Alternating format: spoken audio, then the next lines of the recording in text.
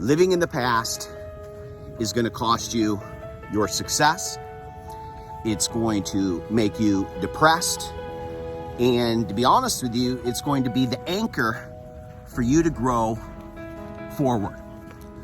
But living in the future is going to cause you to have a little bit of a letdown with your expectations, and it is going to question your patience.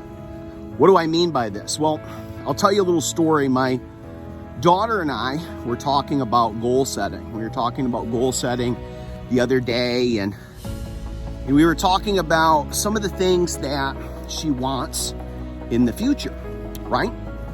So I got to give my daughter phenomenal amounts of credit because she is so vivid with her vision of the future that it just, God, man, it makes me a proud father that she can dial it in this sharp at such a young age. And it's exciting to talk to her about the future because she paints the picture so well. But one of the things that we spoke about that I think a lot of people have this challenge. I know that I've been challenged with it in my life because I'm a dreamer as well. I am somebody that thinks big, goes big. I have a lot of future aspirations, but one of the things that I've learned over time, and I think we all know this, living in the past, definitely is not the way to go, right?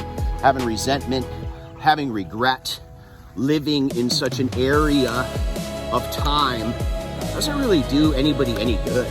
Matter of fact, it's just horrible for your mental health. It's horrible for your success.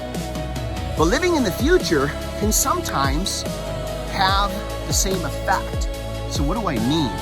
Well, when you're constantly living in the future, there's all these, coming up events in your life. There's always these pretty pictures that you paint of how it's going to be, but you miss living in the present and doing the things that are going to get you those results.